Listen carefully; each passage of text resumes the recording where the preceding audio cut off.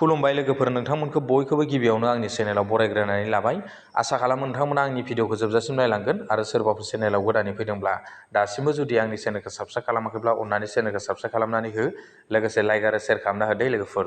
दिनै आं नोंथांमोनजों सावरायगोन जोंनि जि मानास 41नि जि केन्डिडेटफोर दङ ना, बे केन्डिडेटफोरनि सायाव आं दिनै नोंथांमोनजों सावरायगोन आरो लोगोफोर। आरो बेजों लोगोसे मानास 41आव गोबां जि ससियेल मिडिया आरो निउस चेनेलफ्रा माने बेवहाय एगजेक्ट पलजों माने फोरमायदों आरो मानासाव एजिपि केन्डिडेटआसो देरहागोन होननानै गोबां माने निउस मिडियाफोरनि चेनेलफ्रा फोरमायबाय दं आरो ना।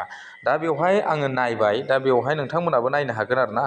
नोंथांमोना बेवहाय केन्डिडेट एफिडेभिट मेनेजमेन्ट बेवहाय बेबायदि गुगोलाव सार्च खालामनानै नोंथांमोना नायनो हागोन।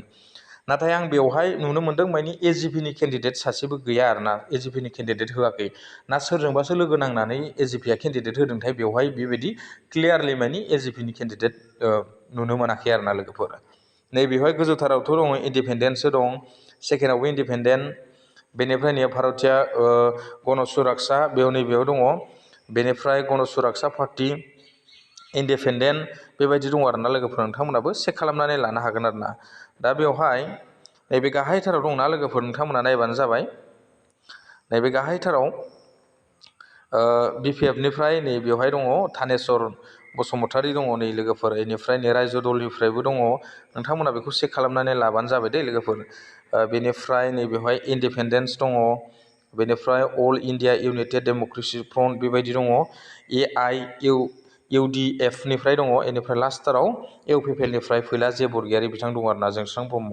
दा बिथांमोना निउस चेनेलफ्रा माने जाय निउस चेनेलफ्रा फोसावबाय दङ आरो ना, माने मानास 41आव, जोंनि जि मानास 41आव दे आंनि एरिया गोलैयो, बे मानास 41आव एजिपिनि केन्डिडेटआ देरहागोन होननानै बेवहाय फोरमायबाय दं आरो ना। बेयोहाय बिपिएफनिफ्रायबो देरहाया आरो UPPL निफ्रायबो देरहाया आरो गुबुन आदार्सनिफ्राय देरहाया, बेवहाय एजिपिनिफ्राय देरहागोन होननानै बिथांमोना गाव गावनि निउस चेनेलफ्राव फोरमायलायगासिनो दं आरो एगजिट पलनि गेजेरजों। नाथाय बेवहाय नोंथांमोना नायबाथाय नुनो मोनगोन बेवहाय एजिपिनि केन्डिडेट सासेबो गैया दे लोगोफोर। दा बेनि गेजेराव नोंथांमोननि मतामत बा नोंथांमोनहा सोरबायदि केन्डिडेटखौ माने बेवहाय देरहागोन बायदि नोंथांमोना आसा खालामो, कमेन्ट बक्सआव कमेन्ट खालामलायनानै खोन्थाहरबानो जाबाय दे लोगोफोर। नोंथांमोना सोरबायदि केन्डिडेटआ मानास 41आव देरहानो हागोन बायदि आरो ना। गाबोननि जि फैबाय थानाय मेन आसाम एसेम्ब्लिनि जि रिजाल्टआव सोरबायदि केन्डिडेटआ कुवालिफाइड जागोन माने देरहासार जाहैनो हागोन आरो ना लोगोफोर। दा बेखौ नोंथांमोना कमेन्ट बक्सआव कमेन्ट खालामलायनानै बयबो गाव गावनि मतामतखौ हरलायबानो जाबाय आरो ना लोगोफोर। दा बेवहाय जों नायनो थाङोब्ला जोंनि मानास 41आव जिखिनि बर'फोर दङ ना, बा जोंनि बर'आथ' मोननै जाखागोन 50-50, जोंहा बिपिएफनिफ्रायबो थागोन आरो बेनिफ्राय UPPL निफ्रायबो थागोन। जे जोंस्रां ब्रह्मनोबो UPPL नि मानसिफ्रा माने बिथांनो सापर्ट खालामगोन, माने भट होगोन आरो। बेनिफ्राय बिपिएफनिफ्रायबो बिपिएफनि मानसिफ्रा बिथां थानेस्वर बसुमतारीनो माने भट होगोन आरो। बेखौ नायोब्ला नोंथांमोना सोरबायदि केन्डिडेटआ माने जोंनि मानासाव देरहाथावथाव आरो ना। बेवहायथ' आरो गण सुरक्षा पार्टिनिफ्रायबो दङ आरो बिदिनो AIUDF निफ्रायबो दङ। बिथांमोननोबो गाव गावनि जि जाथिफोर दङ बेयो माने सार्थ खालामलायनानै भटखौ होगोन आरो ना लोगोफोर। नाथाय मोनसे खोथाया नैबेसो, माने मुस्लिमनि भटआ बोरैहाय थांदों आरो मेन खोथाया नैबेसो। जुदि मुस्लिमा जायनाव होगोन ना, जोंनि बिटिसिआव सेकेन्ड पजिसनाव मुस्लिमा थायो नालाय, जोंनि मानासावबो दा बेबायदि अबस्था जानानै दं दे लोगोफोर, माने सेकेन्ड पजिसना मुस्लिमानो जानानै दङ।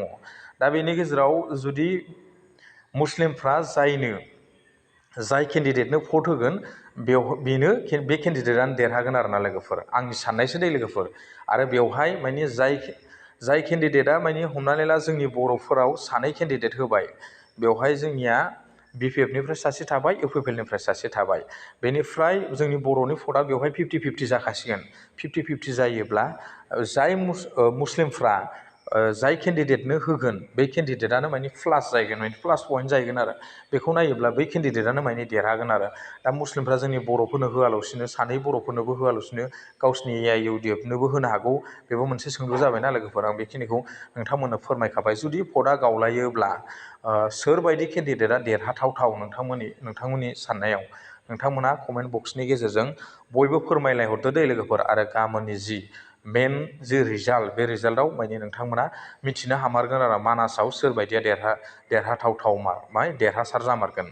दा बेवहायथ' गोबां एगजिट पलनि गेजेरजों आंबो गोबां नायबाय, बेवहाय गोबां ससियेल मिडिया आरो जायफोर निउस चेनेलफोर दङ बिथांमोना एग्जिट पलनि गेजेरजों मानि जोंनि मानास 41आव BPFनिबो देरहाया UPPLनिबो देरहाया होननानै बिथांमोना फोरमायदों बेवहाय AGPसो देरहागोन होननानै। दा बेवहाय AGPथ' बेयाव केन्डिडेट गैया AGP केन्डिडेट हिसाबै नायोब्ला नोंथांमोना बेवहाय चेक खालामनानै नायनो हागोन आरो AGPआ एक्सट्रा मानि केन्डिडेट गैया आरो बेवहाय गुबुन पार्टिफोरजों लोगो नांनानैसो ना बिथांमोना केन्डिडेटखौ माने डिक्लेयार खालामफानानै होदों बेसो मोनसे गोसोआव सोंलु जाबाय आरो ना लोगोफोर। दा जिखियानो जाया लोगोफोर नोंथांमोना बेवहाय चेक खालामनानै थांनानै नायबानो जाबाय। बेनिफ्राय बयबो कमेन्ट खालामलायना खिथाहरदो मानास 41आव सोरबायदि केन्डिडेटआ मानि देरहाथावथाव आरो लोगोफोर। आरो बेजों लोगोसे आं नोंथांमोनखौ मोनसे खावलायखानाय थाबाय गाबोननि जि फाइनाल जि रिजाल्ट आसाम एसेम्ब्लिनि बे फाइनाल रिजाल्टखौ नोंथांमोना नायनो थाखाय आंनि चेनेलखौ बयबो खनसेबाव साबस्क्राइब खालामनानै ला।